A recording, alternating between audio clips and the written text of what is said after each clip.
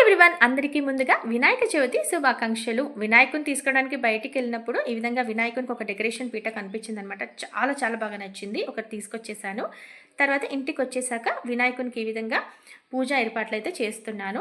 మట్టి వినాయకుడిని మేము ఎప్పుడైనా ప్రిఫర్ చేస్తామన్నమాట. ఎవ్రీ ఇయర్ మట్టి వినాయకుడిని తెచ్చుకుంటాం. కానీ పిల్లలకు మాత్రం కలర్ వినాయకుడు అంటే చాలా చాలా ఇష్టం.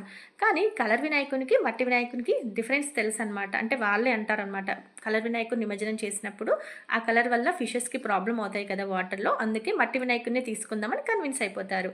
మొత్తానికైతే మట్టి వినాయకుడిని తెచ్చి పూజ ఏర్పాట్లు అయితే చేసేస్తున్నాము.